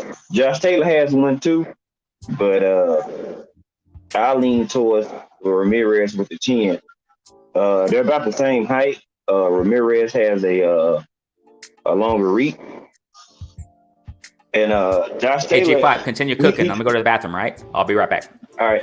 Yeah, Josh Taylor, he can fight. He went through the Super Series or whatever. You know what I'm saying? He got the Ali Trophy. He beat Prograis. I mean, those are good wins, He showed that he is tough. He has a chin. He's a gamed opponent, and he's willing to fight. I respect that out of Josh Taylor, and I actually do like him. You know what I'm saying? But I'm going with Ramirez, man. I like Ramirez. He seems to be a little bit more humble at this point right now. I mean, Josh Taylor been talking greasy. You're supposed to talk greasy or whatever, but I'm pulling with Ramirez on this one. I'll say either by decision or stoppage. A late stoppage if it does come, but I'm gonna lean more towards a decision. He could get knocked out though. Josh Taylor, he kind of drops his hands at times, and he did that against Regis Prograis. Like he went down with a low guard, and I mean he got hit. He took some punches, but he took some unnecessary punches. Boxing, you're gonna get hit, but avoiding those unnecessary punches is what I look for with a fighter. I mean, you're gonna take some to get some, but avoiding the unnecessary punches. Sometimes those can be what makes or breaks you to get you knocked out. So I'm looking at I think Ramirez is a little bit more defensively sound, and being more defensively sound in a championship fight of this magnitude, you know what I'm saying, could help you pull it out. Jose has a good punch output. They both do. It's gonna be a good fight, y'all. So I mean, we gotta, give it up for boxing, but at least get this fight right. The two best will fight each other, and it's for all the marbles. Two belts apiece. So, I respect that, and I'm glad we getting a fight of undisputed that we want. The sad part is that they don't even talk. They don't even talk about 140 like that. 140 is like a red-headed stepchild. Like they don't even get in too much credit, and they're actually doing the things right. And y'all forgive me for my background, y'all. These yard men, not my yard, but the people behind me are getting their grass cut. And I'm like, come on, man.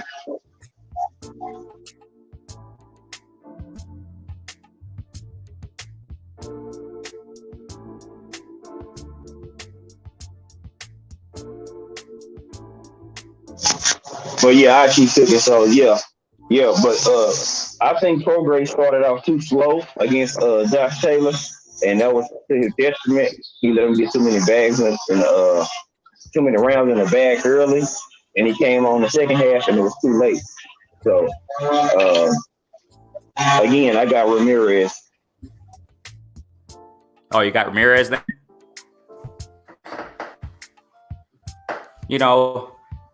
The more I've been reflecting upon this whole thing, man, I do I kind of give the edge toward Ramirez because of the power, man, the inside fight. And Ramirez, man, when you go toe to toe with this guy, you're in grave danger and you're bound to lose, man. You're bound to go down. And I'm not sure if Josh Taylor, you know, his chin has been tested, man, really been tested. Prograis has power too, man. Prograis is he is a tough hitter, you know what I'm saying? So his chin has been tested. However, against Ramirez, man, I think Ramirez is just too relentless on the inside. Now.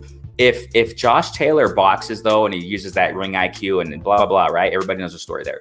I think Josh Taylor will win. Okay. I think he will win. I don't have a preferred fighter in this fight. I mean, I'm just going to watch it and enjoy it. But I got a little edge towards Ramirez, and I'm talking little. Okay. It just depends how Josh Taylor fights. But if he goes on the inside, well, yeah, I mean, that's true, Chris. That's true, bro. That's true. Yeah, hey, William Old School, I see you, bro. Stay safe, my guy. Stay safe, William. Don't underestimate Taylor in the pocket. I mean, I don't, but you got to compare it, though. You know, Ramirez, man. Ramirez in the pocket, bro. He's tough, man. This boy, I don't see. What I'm trying to say here is I don't see fighters right now at 140 beating Ramirez in the pocket. I don't see it, man, because Ramirez, he's one of those guys, man. One of those, that's just part of his craft. It's part of his, you know, tough, you know, how can you say, sharp tools that he has in his arsenal, man. That's one of his advantages. And but you're right, Chris Reyna, because Taylor is great on the inside. He knocks opponents down also on the inside. However, I don't think Taylor has the power. That's the thing there. I don't think Taylor has the power to prevail on the inside against Ramirez. You see, if Josh Taylor does that, man, if he does that and he just stays on the, yes. Hodges, Ramirez is a wonderful body puncher, bro. And Taylor also goes to the body too. I mean, they're really, it's just beautiful how they both fight on the inside, man. Yeah, go ahead. Yes, it is. Phone booth fight. They both can fight good on the inside. I think Ramirez punch placement is better on the inside. If you ask me, I think he has better punch placement on the inside. Sometimes people can get on the inside, and if they don't keep it tight, they can punch wild, and that's how you can get caught. Or they can slip up under you on the inside. Prograis did that. He didn't do it enough effectively. Like, he'll get him on the inside, but he'll allow Josh Taylor to get comfortable on the inside. If you ask me, I think he has better. And Josh Taylor, he showed me a lot. I'm not even gonna lie. Like, against Prograis, he showed me that he had mental toughness and he was a gained opponent. So that's why I'm looking at it as a 50-50 fight. But I also have Ramirez winning. If Taylor wins, I wouldn't be surprised because I do like both of them. So it's a good fight for boxing. It's a win-win. And the winner, I mean, I know they say Bud is waiting on the winner, but if Tank wins, I think Tank is a bigger fight for Ramirez or the Taylor winner than trying to fight Bud. And they'll be even better on their legacy. He's a bigger fighter than Bud, and he's at 140, and he will have a regular belt as well. So, I mean, that's something that they got to look at as well. If Tank wins, then whatever Ramirez or Taylor don't go up and want to get one more fight before they move up. That's how I see it more, G5. No. Oh, yeah. Yeah, go ahead. Hey, Chris Reyna. Yeah, Chris Reyna. Yeah, he is accurate. I'm not saying that he isn't. I've just seen when he got hit with a few punches, he kind of got a little wild. And against a better, more technical boxer, that could be bad. Or it could not. We can see though. Yeah, he definitely is. I mean, that's what makes this that's what makes this fight such a freaking. It's going to be amazing, bro. I just cannot wait, man. Hodges says here, if Taylor stops Ramirez, he's on my pound for pound. Oh yeah, man. I mean, I agree, bro. They're both on mine now. Right. I'll be honest with you, they both on my pound for pound right now.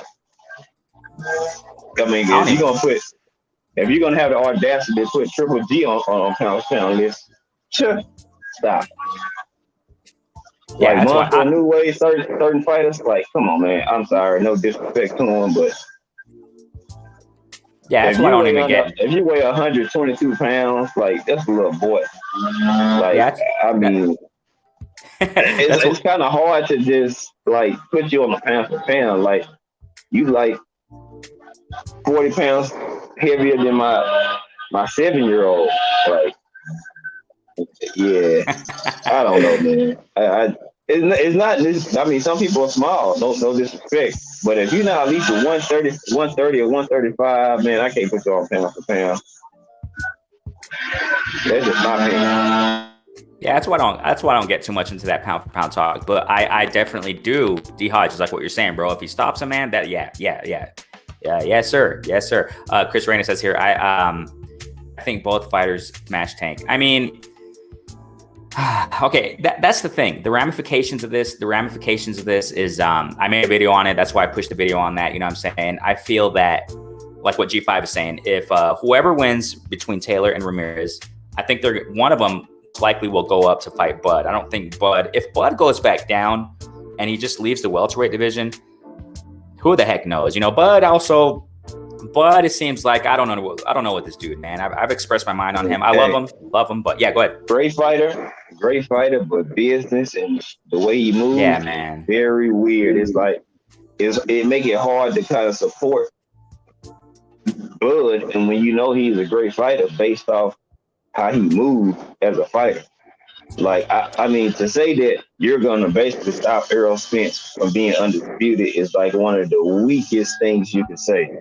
Like, but that was the fight that you clamored for and said you wanted. Now the pieces are lining up. Once they announce the Ugas and Earl fight, you'll have a 3-belt champion, and you have one piece left to be undisputed. Then you can go up to 154 if you choose to. But it's like, he doesn't want to take a chance on a 50-50 fight. You're on the shelf right now. Sean Porter's on the shelf. Danny Garcia's on the shelf. Keith Thurman's on the shelf. Jerron Gutierrez is on the shelf. Virgil Ortiz is on the shelf. Like, you have all this in front of you, and you looking at to go down.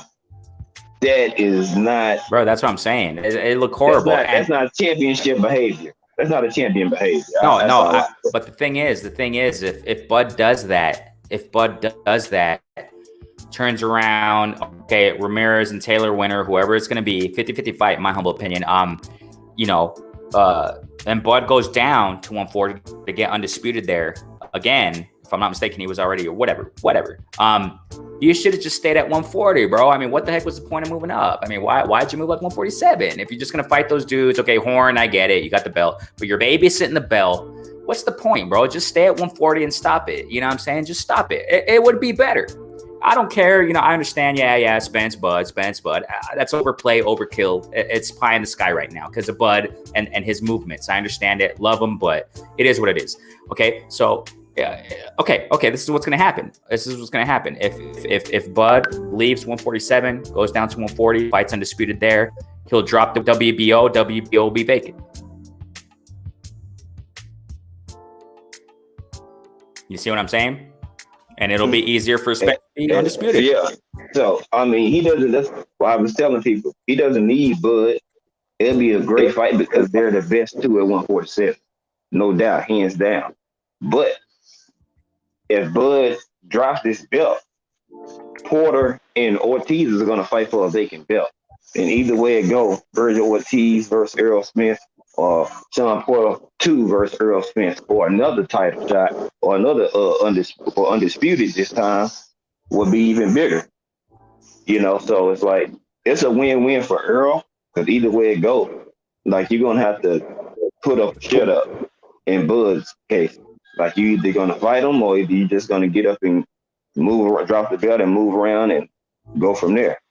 Either way it goes, your legacy will be stained off of that, because Earl never said he's not fighting you or will never fight.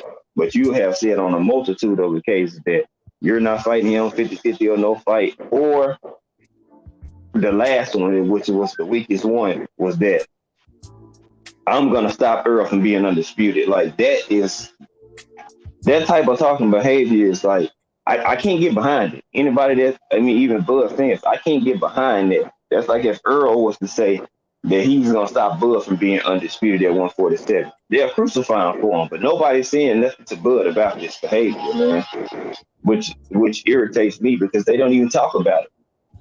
Like, it's okay for him to say that he's gonna stop this man from being undisputed. Oh, that's okay. Nobody said nothing. But if Earl said it, it would have been all over the news. You know, so it just kind of like it sucks. But either way it go, Earl still has a chance to be undisputed, with or without Bud. So that's true, and I'm not gonna be crying about it, man. If Bud goes down to 140 and supposedly fights against one of these guys to be undisputed at 140, then stay there and get out of here. I mean, it was meant to be. It was meant to be, Bud, that you're not to be in 147, and that's it. Simple as that. You know what I'm saying? Let Spence do his thing. Let him rule at 147. He's already ruling anyway, but, you know, let him, you know, be undisputed. And Bud, stay there and go retire and go. You had a fun career. You know what I'm saying? That's just my humble opinion, man. And I think that, you know, if Bud were to do that, it would be more interesting for 140. I mean, hey, Bud, you were just meant to be at 140, and that's it, bro. It is what it is. There are divisions for a reason. You know what I'm saying? If you're gonna move up, like, yeah, real quick, G5, kind of like what Usyk is doing with the whole heavyweight thing. You're moving up from whatever weight division you came from, cruiserweight, whatever. You were undisputed, whatever, you know, accolades you had there, which was great. But you're moving up to what heavyweight division, and you're calling out the top guys. Just hush, puppy, because if you're just gonna fight Witherspoon, Chisora, that's not cutting it, bro. And you're blabbing off all day. Oh, AJ, I'll fight Wilder. I mean, whatever, bro. You're not doing anything, so just go back to cruiserweight and just relax, bro. You're not. That's just my humble opinion, bro. If Usyk, you're not gonna step up to the plate and fight these dudes. Same thing with Bud. You know what I'm saying? If you're not gonna step up and fight the top and your respective divisions, go back down and just stay there. Yeah, go ahead, G5. You want to say something? Then it's just like, I mean, you leaving a lot on the table. Then Josh Taylor and Ramirez said they want to come with the 147. So are they going to fight at 147? Or, I mean, what you going to do? Like, they not even get acclimated into their weight class yet. So it doesn't look good. I mean, it's not bad fights, but you have better fights that's already at 147. That's the biggest risk that people have with it. You have fights that is 147 and you want to fight them. That's the problem. Oh, definitely, Storm B, man. My Thunder is top 10 changes after this fight and undisputed. Amen to that, bro. I mean, that's facts. And these fighters, these warriors deserve the limelight. They deserve it, man. So that's facts, bro. That's facts. Chris Reyna says here, that would be the smartest fight for both of them. They would become stars if they fought Tank. Tank's number one attribute is being stronger and overwhelming his opponent, Taylor and Ramirez. That's the thing, Chris. Referring to that video I just posted a video talking about, I think it was yesterday, talking about that. Will Tank be undisputed? Possibly. Will he go for that? It probably will be, man. I think he's going to stay at 140. Regardless, yeah, he said he's staying at 140, Renee. I didn't even know that. You see, I didn't even know that. So it's just corroborating what I said yesterday. I didn't even know that because there's so much information. I don't have time to keep up with it, what they all say, but it looks like that's what's going to happen. So Tank's going to stay at 140. Fight this guy Mario Barrios. If he beats him, he's going to look for that undisputed stuff, man. And if Bud goes down there, oh my gosh, it's going to be much more interesting. And it is what it is. You know what I'm saying? I mean, good stuff. And if Taylor, I said this months and months ago, people are barely talking about, I said this months ago, that Taylor expressed, like what G5 was saying a moment ago, Taylor expressed since months ago his desire to move up to 147 after this and chase Bud. So, you know, if that's the case, cool. You know what I'm saying? And it would really bring a lot more interest to 147. Oh my gosh, that would be amazing if Taylor were to move up. You know what I'm saying? And Tank stay at 140, you know, to handle business there or what have you. I mean, it would just be interesting. You know what I'm saying? I would love it. You know what I'm saying? So, yeah, go ahead, G5. You can say something. Yeah, it would be bigger, in my opinion, if they, the one of Taylor and Ramirez fought Tank, then fought Bud. It would be bigger, even bigger, because they the undisputed. Then they fought another champ, and then it'll be even bigger for both fighters, whoever is involved in both parties. So, I mean, it's interesting things that can happen. I like to see it. That's it. Yeah, definitely, man. So we got Arrowed Boxel. What's going on, bro? Arrowed Boxel. Chris Reyna, concerning the link, I saw you saying that, bro. at the beginning of the session, I put the link there, bro. I put the link on the chat, bro. We got Arrow Boxale in the building. Thanks so much for jumping in. You know what? I got to get going, bro. Man, we've been on this almost 2 hours, bro. I love it. I love it. I got to get going, man. My window of time is closing. Let me get to this last chat right here, man. D Hodges, thanks so much. Yeah, he better fight. Yeah, that's the thing, D Hodges. He's not going to do it, though, bro. I mean, Ortiz, yeah, I get it. But yeah, he better fight Ortiz or Boots.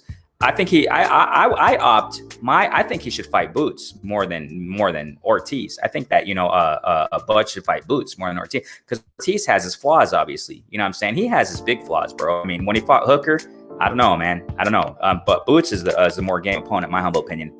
Boots, Porter, and Spence, or just go home, Bud, or do something. I don't know. You know what I'm saying? That's just my humble opinion, man. You know what I'm saying? So we definitely, right here, Chris Rain is saying, I don't think Bud goes down. I know both of them said they want to move up after this fight, and Aram has Ramirez, so it would be right. No, but the thing here is check this out, guys. Check this out. Again, I don't like to say, I said this so much, I said this, but I like to reiterate just to get my point across. Months and months ago, man, I talked about this. This is just in a nutshell. Bud Crawford said some time ago that he wanted to move down to 135. He also said that he was going to move up to 160. And this was months ago, right? Now he's saying he wants to go down to 140 for undisputed. He's also all over the place, ladies and gentlemen. He also recently said he wants to move up to 154. It's like, I don't know, man, with Bud. That's just weird. He wants to do everything, but he doesn't do much. All due respect, I love it, but yeah, man. G5. So real quick. My conclusion: Taylor Ramirez. If Josh Taylor boxes, uses that IQ, the ring, he wins. If not, if he fights on the inside, I got Ramirez winning, okay? That's kind of how I see it, but I'm going to enjoy the wonderful fight, man. I love it. Any last words, G5? Go subscribe to G5. Go subscribe to Arrow Boxale. Go subscribe to Storm B, man. Everybody who has channels here, go subscribe and support each other. Thanks so much, man. Any last words, G5? Thanks for the invite, as always. Salute to everybody. And let's just stay tuned to some good boxing that's coming up. Y'all stay safe and be blessed, man. Thanks again, Renee. Salute to everybody. Yeah, definitely, G5, no problem. And thank you guys so much, man. Everybody who jumped in the building. Family jumped in, and family's constantly jumping in the live sessions, man. I really appreciate you all. And have a look out for my video I'm going to post later on today concerning Fury. And what I think he's going to do in his next move. Thank you guys so much, man. Peace out. Stay safe. Blessings to each and every one of you. Peace out, fam. Have a wonderful day.